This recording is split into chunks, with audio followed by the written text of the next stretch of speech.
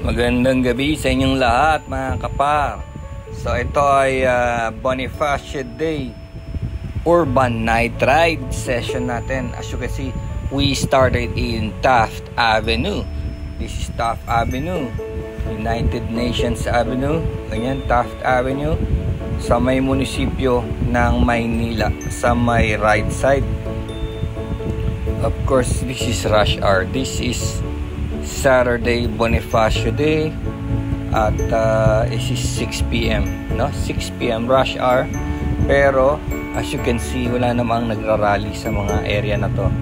Wala nagrarally. Of course, dapat malalaman mo na may magrarally dito dahil ito ay malapit sa Malacanang. Malapit sa Malacanang, at nandito yung post office and nandito yung munisipyo sa kanan.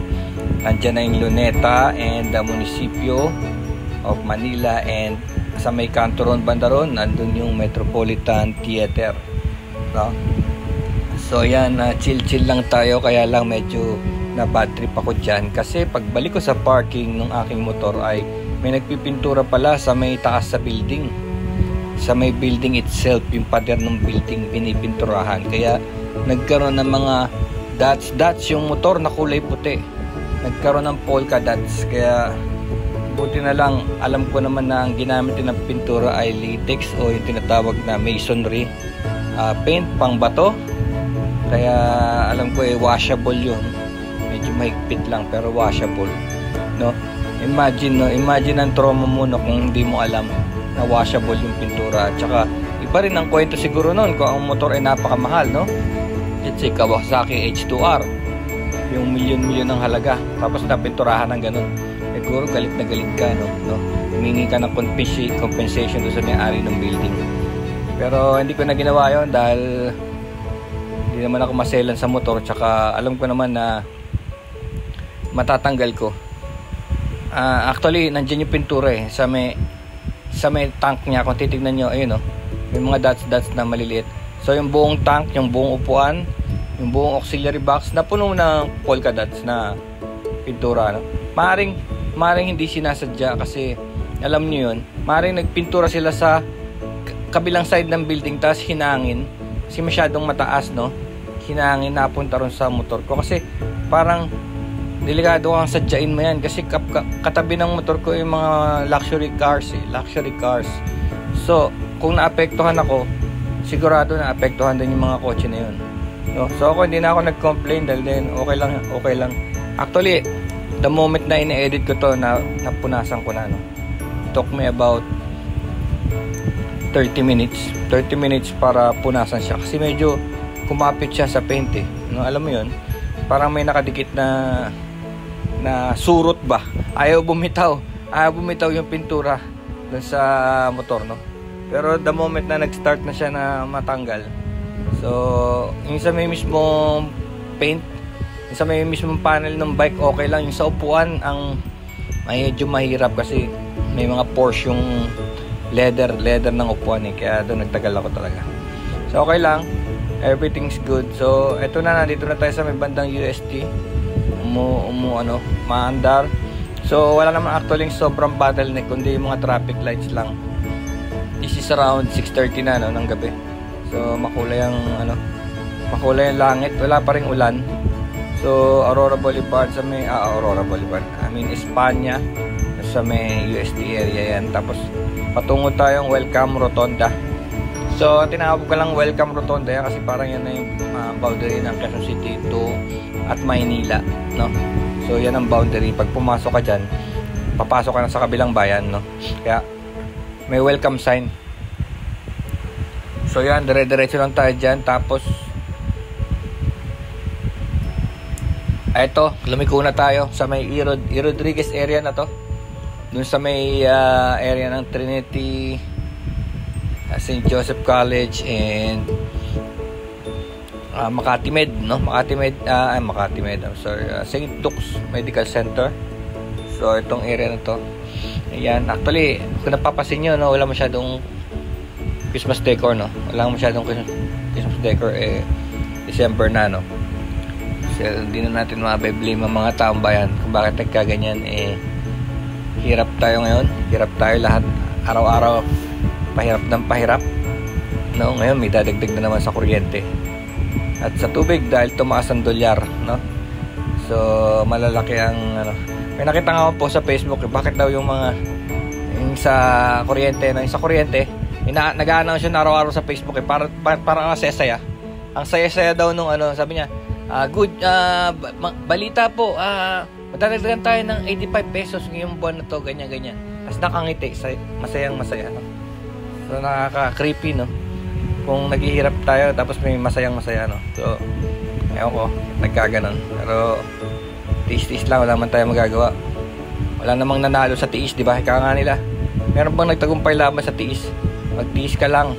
So ito na yung area, no? Parang sa E. Rodriguez yung sa kanan, yung kanina yung dinaanan natin, yung parang sinasabi ko may bakanting lote na parang shooting area ng Sampaguita Pictures. Ayan kung ba't di pa nadidil yung lupain na yun. Maganda yata prime lot, no? Siguro nag-aantay pa ng magandang benta, no? Pero baka nung lupa na yun.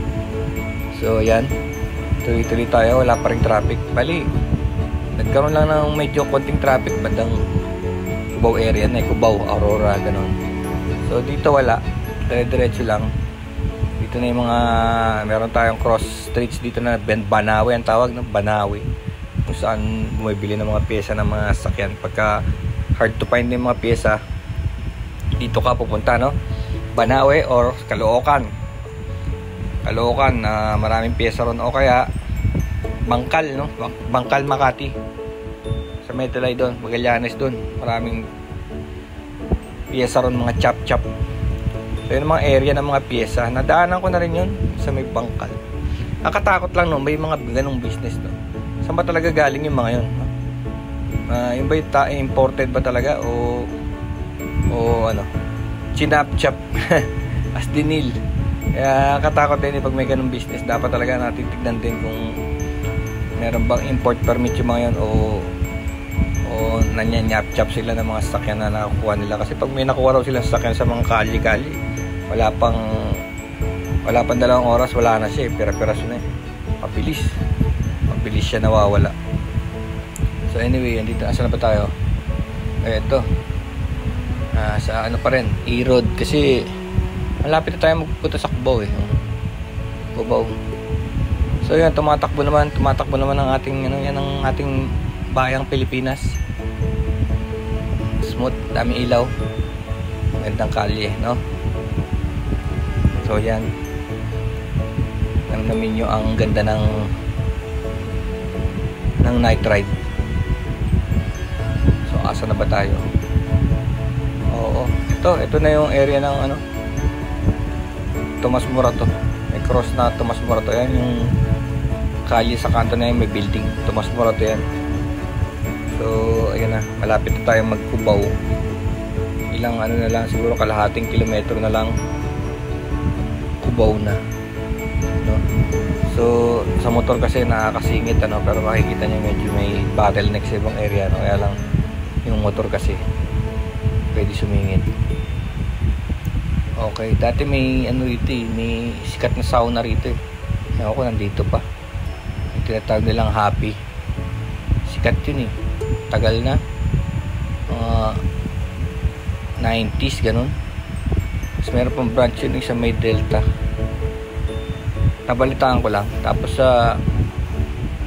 ayan, ito New York Street, yun, malapit na tayo sa Cubao. So sa Cubao medyo nag-bottleneck dahil alam mo na, E. Rodriguez, Aurora Boulevard, tsaka EDSA nagsama-sama, no? Ngayon napapansin ko, no, malaking tulong yung rail, kasi nakikita ko wala masyadong nagkakagulo sa mga jeepney.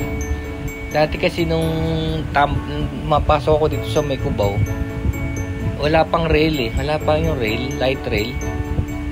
Punong-puno yung mga jeepney, parang chicharong bulaklak, namumulaklak yung mga jeepney. Tapos sa kagustuhan ko lang na sumabit, hindi makakuha ng seat, sumabit lang. Kailangan na dito ako sa area na to, dito sa may tunnel na yan, umaabot ako dyan ako nag-aabang para lang makasabit, not actually to have a seat, sabit lang. Pero ngayon wala, oh. Wala na sumasabit because of the rail. Diba? Tatayo na lang sila sa rail, no? Kaysa sumabit sila sa mga jeep. Pero ganun pa man, marami pa ring jeep. Taxi, no? Siyempre, mga taxi, yung mga sa mga Grab, diba? May mga ano yan eh, sa app. So, tumatakbo pa rin sila. Sometimes private, no? Ito na yung bottleneck na area. Ito, kubo muna to, Aurora. So, nakarating na tayo rito. Dito na medyo nag-traffic, no? Pero, okay lang.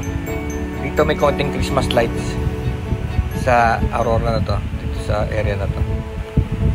So, yun lang muna. Dire-diretsuhin na lang natin yan.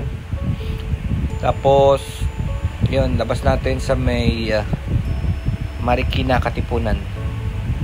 Okay, peace out. Happy riding.